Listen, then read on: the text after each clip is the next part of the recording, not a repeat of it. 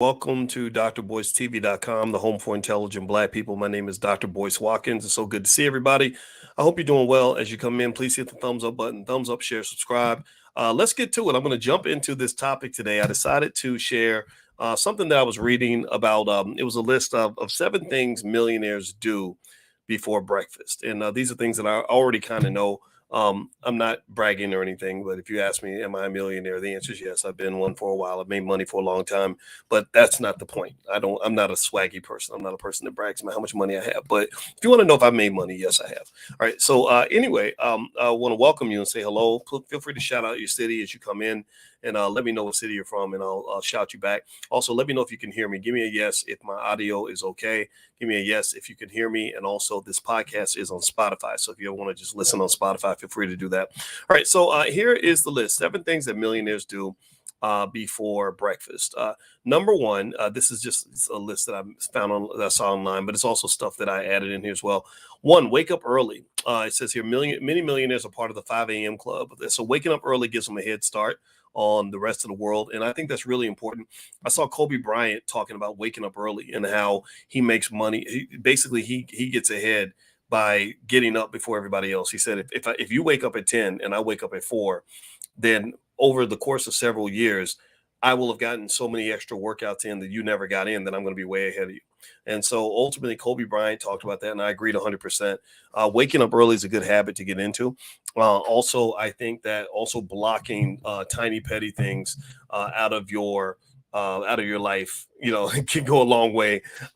So anyway, let me keep going. Dwayne Samuel says, did you make money with Treff? No, I did not. I've never been a paid sponsor of the Tulsa Real Estate Fund, but I was a supporter, and I've supported many Black-owned businesses. I will continue to do that. That is never going to stop. I supported Julian Gordon when he got started. I supported Jay when he got started.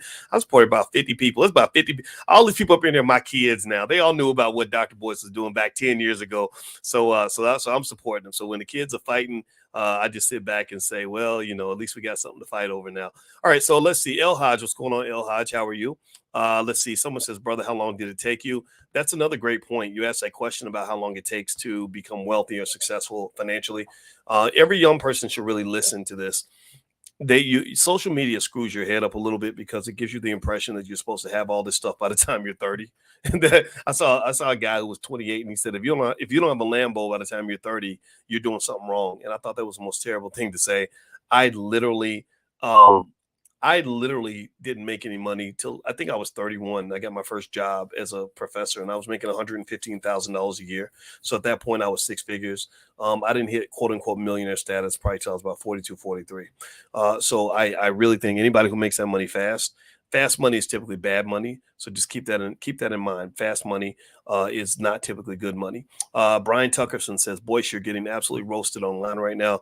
I don't give a shit. I'm not here for children. So it's okay. I want you to keep roasting me because my PhD is real. You can go find it online. And also I've supported Black-owned businesses. I'm going to keep on doing that. So just know that a lot of this stuff, some of these people have personal vendettas. They have personal issues with certain people. So I would encourage you not to follow the crowd and just listen to what somebody says just because they say it. I encourage you to remember the spirit of the movement and just know that, it's not what you think. There are government agents that are involved in some of this stuff. And so I think that if you have a question or a concern, you should bring it up, but there's a way to bring it up. And I don't think that there are people that really want to benefit the community with their behavior. All right. And I don't participate in that. I'm looking for the smart, mature people, not the idiots. All right. So number 2, exercise. A healthy body is as crucial as a healthy mind. So whether it's hitting the gym, going for a run, or practicing yoga, many millionaires prioritize physical activity to boost energy and health. Basically, when they say health is wealth, that's not just a saying. That's 100% true. That literally, if you don't take care of your health, you're going to lose all your wealth. Literally, if you don't take care of your health, then the pharmaceutical companies, big pharma and all that, they're going to take all your money.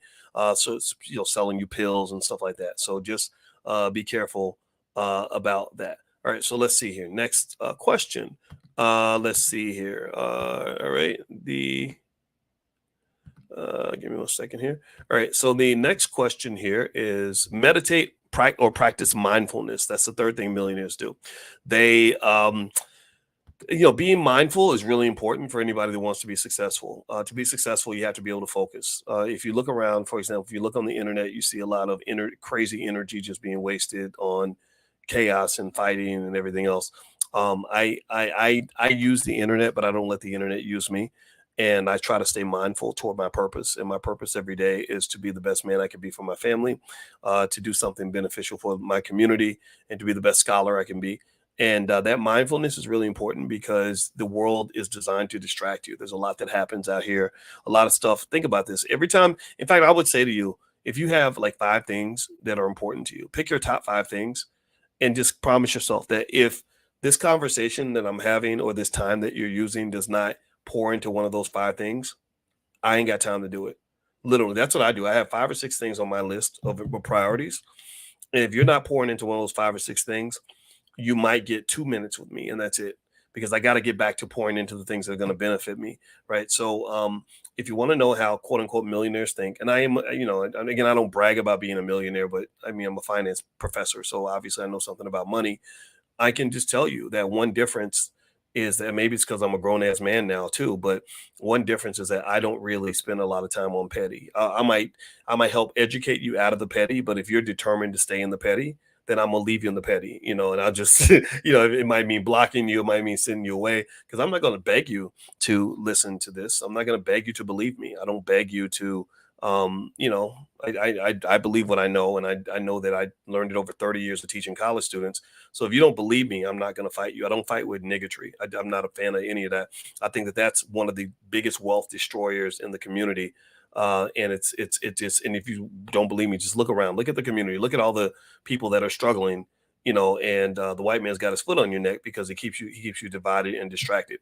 All right, next question, or the next thing that millionaires do in the morning is read. They read books. How about that? How many of y'all know people that don't read any books, that don't want to read at all? So reading is essential. Reading is very important. If you're not reading, then you're not going to learn. You're not going to have information. You're not going to have knowledge. You're going to be a day late and a dollar short. Give me a yes if you agree that we can start reading more. Give me a yes if you'll consider at least reading magazines, reading books. Every day I'm taking in information constantly. It's easy for me because that's what I do. Professors, you have information and knowledge. I just shoved all this information in my head. But I encourage you, if you really want to know what's going on in the world and you don't want to be left behind, you got to read. You got to keep up with information, consume information. Next, number five is review goals and priorities. And this is important too. Having goals and having priorities indicates a type of intentionality that you need. Intentionality is really important to accomplish big goals. You will not have success by accident. You will not get there by being petty. They have a saying that says, "Great minds think about ideas, mediocre minds think about events, small minds focus on people."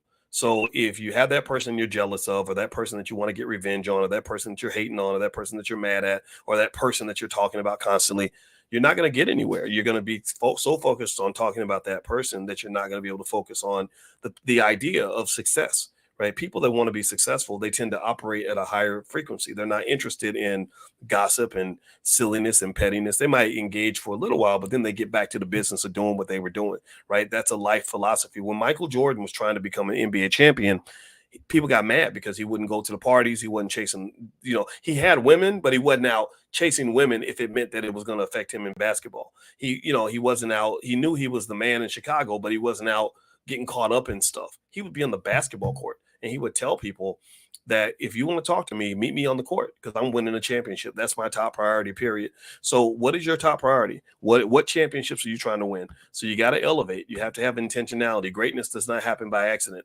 Number six, they mentioned eating a nutritious breakfast. And that fits with health. That fits with exercise. So that means eating food that's going to make you mentally and physically healthy. And then number seven is networking and connecting.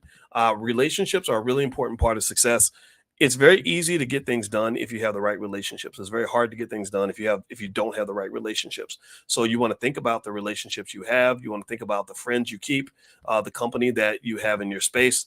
You want to think about whether or not these people can elevate you or if they're pulling you down. And if somebody's pulling you down too much, you have to have enough self-esteem to value yourself enough to say, I'm not participating in that stuff. You're taking me off path. You're taking me off my focus. This is not my destiny. My destiny is not to be in the gutter with you. My destiny is to be on. And that kind of means sometimes disconnecting from people, even disconnecting from some black people. Some of our habits as black people are just terrible. Some of our habits are just almost childish. Like, has anybody ever noticed that you have a lot of black people that, unfortunately, that just, and white people do it too, I'm sure, but just almost like children, like 40-year-old children. And the thing about it is, it's very disappointing to watch. But it's like, man, I'm not doing that stuff. I'm a grown ass man. You're gossiping. You're chatty patty. I'm not participating in that. So be a grown man, be a grown woman, and set your goal and accomplish it. And I'll tell you this: there's not a big difference in the way millionaires conduct their day to day life versus, say, regular people. It's just sort of a specific intentionality. It's about being clear and confident too, confident enough to pursue your path, even if it's different from everybody else. Smart enough to plan ahead, committed enough to get information right, and then apply it. You have to have enough hard work to be able to work consistently every day, and you have to sort of isolate to some extent from all the things that might get in the way of what you're trying to do. So in a way, I think about my life almost like the way you think about a football team. If you have a football team, you're trying to play offense, you're trying to score as many points as you can, but you also have to play defense against the things that keep you from scoring. Do you understand what I'm saying? So your defense allows you to stop the things that are going to slow you down, right? So I have a lot of defense in my life. I have defense set up.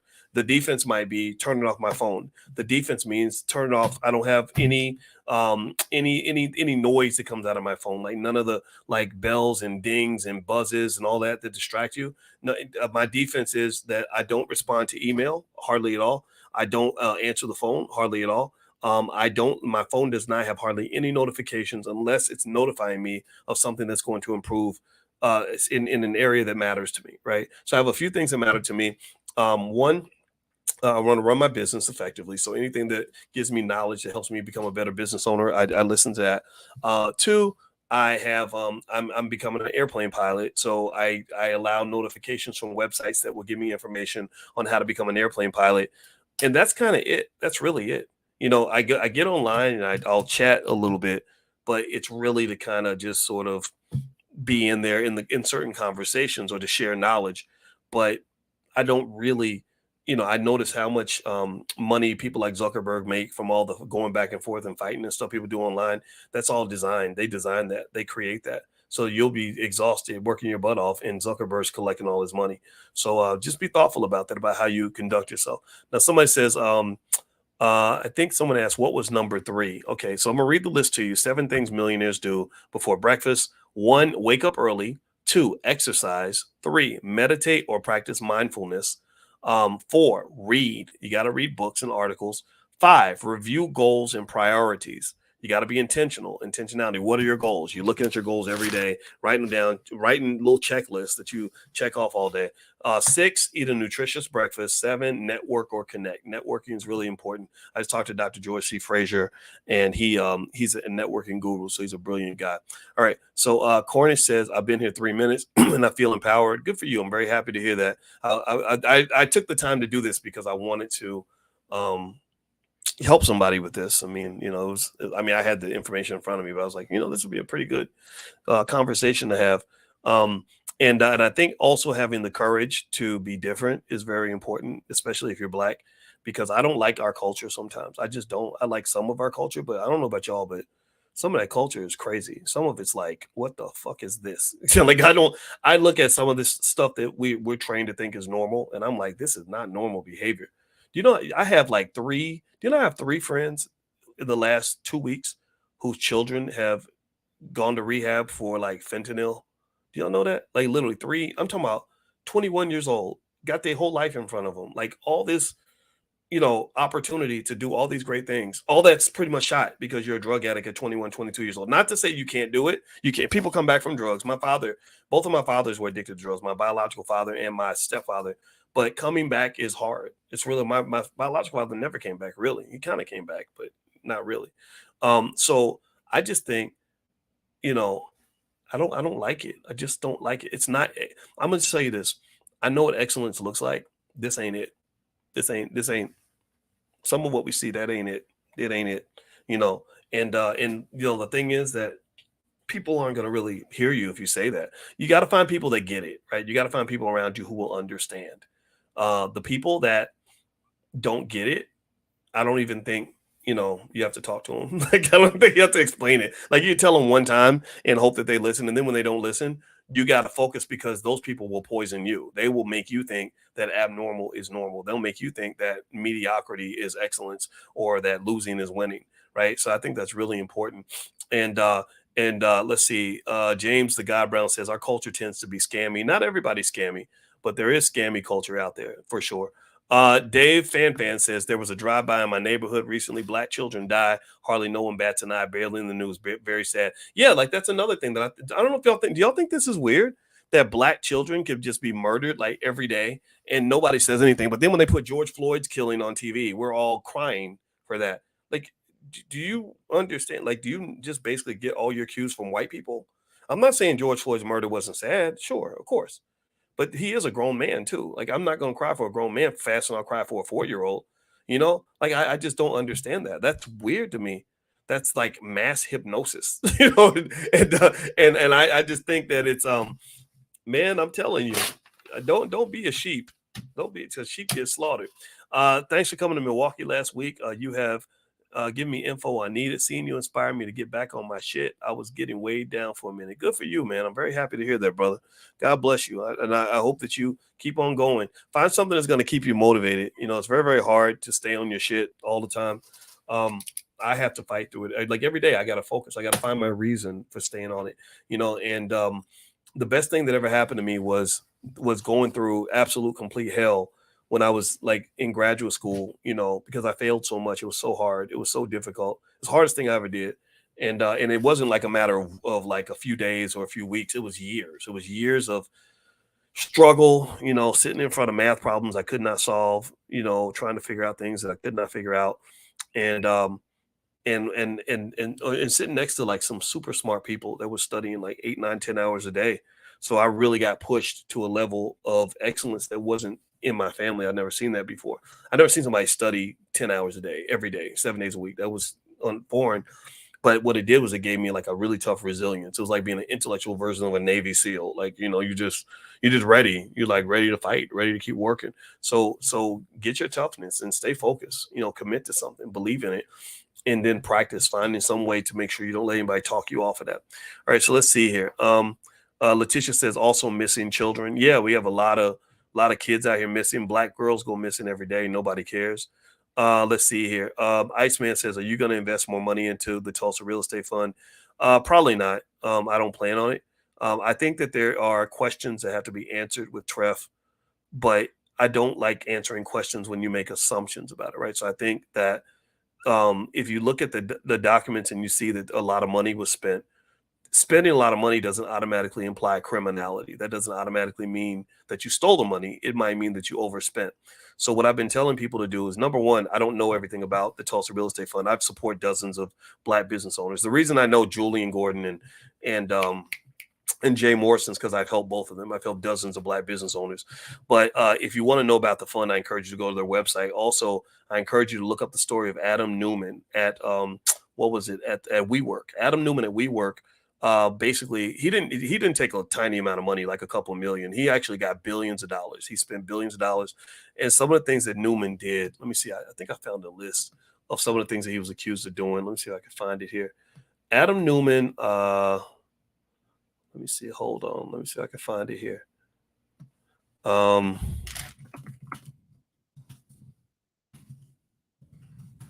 yeah, I remember he had like leases on some of the buildings that the company was leasing, and so he was benefiting, or he owned the LLCs they were leasing from, so it was a conflict of interest.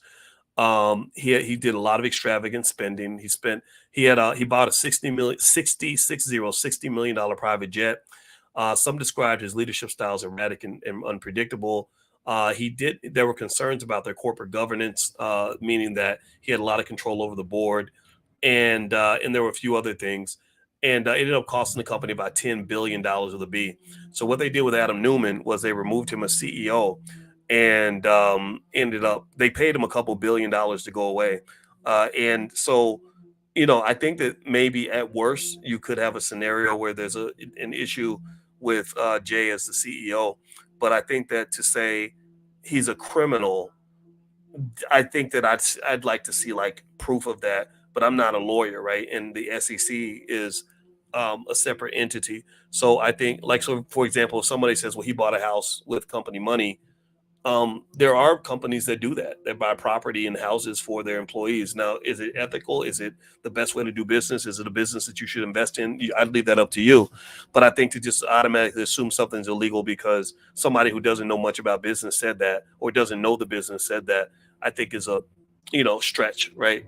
Because he has lawyers, he has attorneys that advise him and stuff like that's part of the expense, right? Having lawyers and stuff around. So I would wonder if, like, did the lawyers give clearance for the way he spent the money, right? Did the lawyers, because he talks to lawyers when they ask him questions, like, or he asks them, like, can I do this legally and that legally? So I think that, I also think that there's different types of people involved in the trust situation. There are people that invested that really truly care and really want to know. And then there are people who just hated Jay from the beginning. Like if you look at Yvette Carnell, she hated the fund from the beginning. And I can tell you, I know her very well. She's another black person I supported to the tune of tens of thousands of dollars. And I can tell you that she had a personal issue with Jay Morrison. She started talking negatively about Trev from the beginning because she's the kind of person who gets very jealous when she sees other black people doing well. So I think you got to watch out for people like that. People like that are not healthy. Let's see. Why didn't Jay buy you a house? I'm not a paid endorser of the Tulsa Fund. I never worked for the fund, but I did support, just like I supported Yvette. I supported Julian. I supported Jay. I don't work with Yvette though anymore because Yvette's not a good person. Let's see here. Any more questions? I only invested 1,000. Let's see what happens. Yeah, I think you can wait to see what happens. But the other thing too is, with investing, I encourage you to remember that investing has ups and downs. I have investments in hundreds of companies. Some of them do well, some of them don't. I'm not dwelling on any one investment. Like you'll never see me do 30 YouTube videos about one investment that I have or 10 YouTube videos. I'm not going to do that. I'll talk about it. If it doesn't work, I'll pull my money out and put it somewhere else and keep it moving. You have to do that with investing. You can't get caught. It's like dating. Like you can't, if somebody dumps you, even if they dump you unfairly, give me a yes if you understand. Like you can't spend your whole life obsessing over the person that dumped you. You just say, you know what? I'm not messing with you no more. I'm out of here, but I know my worth. I'm gonna go find something else to do, somebody else to be with. So I would encourage you to keep that in mind. What about InvestFest? I like InvestFest. I do. I like Earn Your Leisure. Those guys, they know me. I've known them. I haven't met all of them. I actually the two main guys, I did meet them. Actually, ironically, Jay had an event and he invited those two, and he invited me too, and we talked for a minute. And I've always liked them. And then 19 Keys. I met 19 Keys at an event that we spoke at, and he was familiar and he was very respectful. And so I like InvestFest because I like the idea of financial intelligence being brought into the culture. What I am concerned about is black men just all attacking each other and calling each other scammers and everything else. I think that it feels good in the moment, but it ultimately can become divide and conquer. The way I've dealt with it when I've run into scammers in the community or people that have done me wrong. Believe me that it's happened. I've supported a ton of people, like literally I could probably say 50 to 100 of people that where their names. These are famous people on the internet now. Some of them are corrupt and terrible and did really unethical things. Like one lady literally stole all the company assets. Like we built an LLC together. She stole all the money. And I could have sued her. I could have went on the internet and screamed and said she's a scammer. Let's destroy her. I didn't. I moved on. I said, that sucks, but you know what? You move on to greener pastures. But that's a personal choice, right?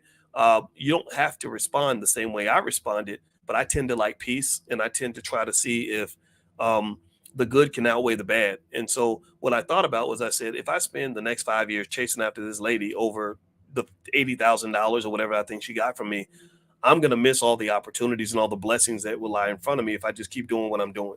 And I'm not going to let something bad that happens to me distract me from what I think I'm good at, which is I've trained. I can literally say I've taught millions of black people how to buy their first share of stock. I couldn't have done that, for example, if I'd spent 8 years in litigation trying to sue Syracuse University for the racism that I experienced when I was on that job. So again, I think that when you get to the point where you are trying to really make those $1 million moves, you'll realize that that you're going to have situations where you just say, okay, I'm not giving you any more money. I'm not doing business with you. but I'm not going to spend my whole life talking about you. But I don't know if anyone understands that. Maybe some people don't get that. I have no idea, but it's okay. Does anybody else have any questions? If you have more questions for me, I'd be happy to answer the questions. By the way, my website is boycewatkins.com, and I have free stuff on the website if you'd like to get better at investing. I believe everybody in the Black community should buy stock, especially for your kids. So you can go to boycewatkins.com. There's a free training called How to Make Money Without Working. Also, there's the $5 a day investing plan. Also, if you have children, we have financial workbooks for kids that we worked on for 3 years with Black experts. You can go to financialworkbooks.com. That's financialworkbooks.com. And this podcast is also on Spotify. So feel free to go to Spotify. Did you watch the breakdown that Julian did on the SEC docs? I watched some of it, but I don't really watch a lot of YouTube videos. I have work to do. So, I'm sure Julian did a good job. I've done a lot of business with Julian through the years, and he's always been a good person to work with. I've never really, you've never really seen me break down a Black man's business like that. That's just not, I break down my own business. I just don't have time to do that. But I heard he did a good job, and I think that there's going to be a good meeting coming up. And maybe Jay will have good answers for the questions. Maybe he won't. I have no idea. Next question. I have to look into investing startup. We'll check it out. The investing startup. Yeah, everybody should invest. Investing is not as hard as you think. A lot of people get intimidated. They think that it's for smart people or highly educated people or for rich people. That's just not true. That's so not true. How many of you own stock? If you are an investor, give me a yes in the chat if you already buy stock on some regular basis. I'm curious to see how many of you actually are buying stock. I encourage you to do that. It's the difference maker. That's literally the number one difference maker in America between the haves and the have-nots. And if you let these politicians talk you out of that and make you think somehow that rich people are magical geniuses that came from another planet and that you can't possibly be one of them, that's a damn lie. That is the biggest freaking lie. And that's a lie designed to keep you where you are. I don't believe any of that. Not curse it to the root, man. Curse that to the root. Like grandma used to say, that is not true. that is so not true. It's so you can buy stock in 2 minutes. And you ain't got it. You could be a 5-year-old and get on an app and hit a couple buttons and own a piece of Google or McDonald's. Like they're not blocking you. What they've done is they blocked you mentally. They blocked you mentally. So it causes people to say, well, I can't do it because I got to be rich or I got to be highly educated. No, you don't. No, you don't. This is what I do. There's a study by Burton Malkiel in 1971. The book is called A Random Walk Down Wall Street. He trained monkeys how to invest, and the monkeys made more money than people who didn't invest. Monkeys. And the reason monkeys were able to invest and make more money than we make when we don't invest is because monkeys don't overthink it. Monkeys don't sit around. Monkeys don't have the curse of education. They don't have the curse of intellect. And what I mean by that, by the curse of intellect, is that the biggest thing I learned, I have a lot of education. I'm never going to apologize for that. I've had people say, oh, you think you're better than everybody else. No, I don't think I'm better than everybody else. But I know that a 52-year-old grown ass man with a PhD can probably explain some things that your young ass does not understand. That if I'm talking to you and you 34 and you never taken a finance class, and I tell you, I'm a 52-year-old man with a PhD who's taught college students for 30 years. I need you to kind of shut the fuck up and listen for a minute instead of thinking that somehow we're the same. We're not the same. We're not the same. I'm not being arrogant when I tell you we're not the same. And I'm not going to apologize for my education, just like Michael Jordan doesn't apologize for being a great basketball player.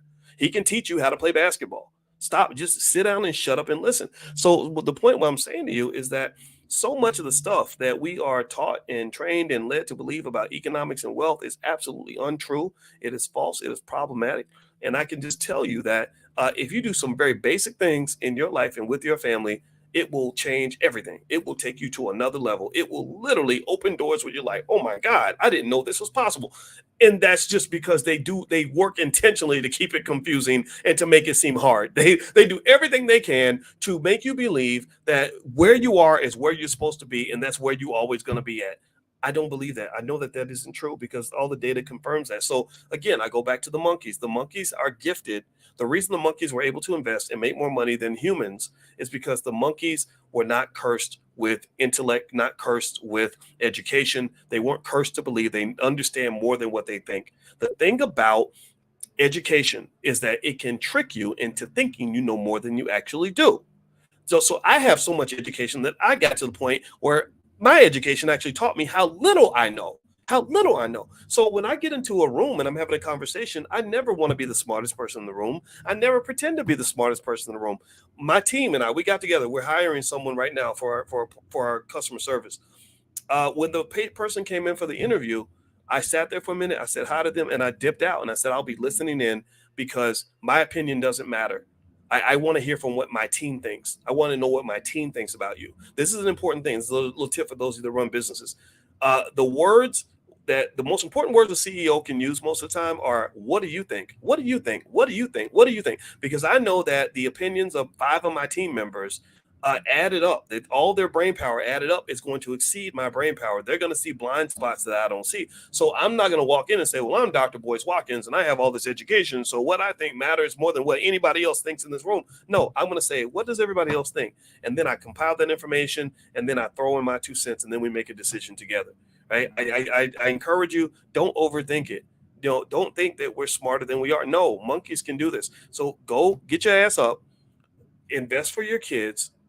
No excuses. Nobody in this room after this conversation, I pray, will send their children out into the world financially destitute because you chose not to have a plan. You have to have a plan, or this world will eat your children alive. Capitalism is something I know very well. Capitalism is designed to enslave those who are not prepared. It enslaves those who are economically vulnerable. Capitalism is the ultimate form of economic pimping. And if you know anything about pimping, pimps tend to take on people who don't have any other recourse. They tend to take on the women that are the most ignorant. They tend to take on the people that don't have self-esteem. They tend to go after women that don't have any options. That's who the pimp preys on, right? So effectively, capitalism does the exact same thing. If you have no options and you don't understand what's going on and you have no resources and no recourse and no courage and whatever, then you're going to get eaten up by capitalism. I don't want that to happen to your kids. And that's why, if you want to know why I talk every single day to you guys, that's why I do this, hoping that someone will listen. In fact, I know people will listen. I believe that I was able to help through the years of this consistency. We've been shifting the culture, man. We are shifting the culture. So when I saw Invest Fest and saw 20,000 Black people all gathered to talk about economics and wealth, I said, yes, this is what I'm talking about. This is where we're going. This is the future of one part of the community. This is where part of the community is going. But then you got another part of the community that unfortunately isn't going to go anywhere. It's going to be a permanent underclass. Dr. Claude Anderson talks about that in his book, Powernomics. Go read Powernomics, and you will see where he talks about Black people being pushed into a position where we become a permanent underclass. You got to be really careful not to let your kids get caught up in that. All right. So anyway, all right. So let's keep going. Do me a favor, hit the thumbs up button, thumbs up, share, subscribe. Also, my Instagram is Dr. Boyce Finance. So what's up to everybody on Instagram? I hope this conversation was helpful to you. I hope you benefited from it. I enjoyed talking to you. And actually, I'm going to go and hang out with my wife because today's our 30-year anniversary of our friendship. In case you guys don't know our story, seems like a lot of the internet talked about our story, even when they didn't know what the whole story was. But I met my wife when I was 22, and we became friends. And yeah, I friend zoned myself. I ain't gonna lie, I friend zoned myself. She didn't put me in the friend zone. I put myself there. And we were friends for a long time. And years later, and in fact, the time I met her, in my journal, I wrote, today I met the most beautiful woman in the world. And so years later, when I finally was ready to get married, I didn't get married to my 40s.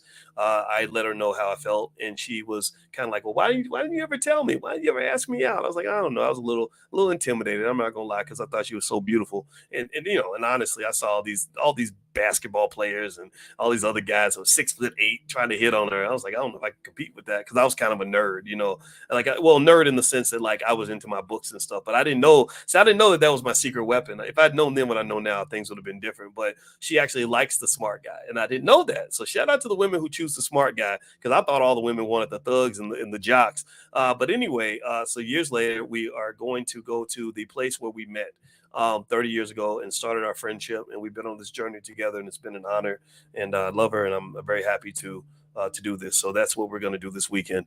So anyway, shout out to Black love also. I think we need a lot of Black love in our community. And for those of you that are really trying to make it work, trying to figure out, for all the women that are trying to figure out some crazy Black man, and for all the men that are trying to deal with some angry Black woman or whatever, like I commend you, because that's hard. It's hard for us to figure each other out All of us have been through so much hell. All of us have been through trauma. All of us have been abused by the world, by each other, and it's really hard. Only the strongest can really do this. I think the strongest people that say, you know what, I've been hurt by a black man, but I'm gonna love a black man anyway, or black women have disappointed me, but I'm still sticking with black women. Those are the strongest among us. Those are the ones who are going to reproduce for the community and keep us going and keep us and allow us to survive, because the people, others who are not strong enough are just going to give up.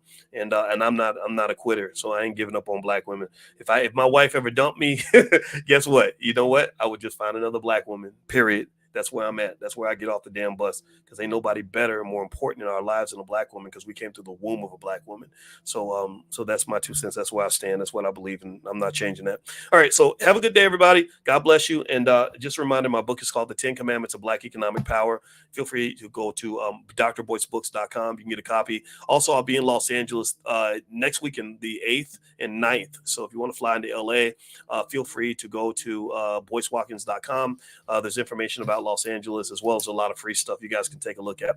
So have a good day, and I'll see you all soon. Take care now. Peace.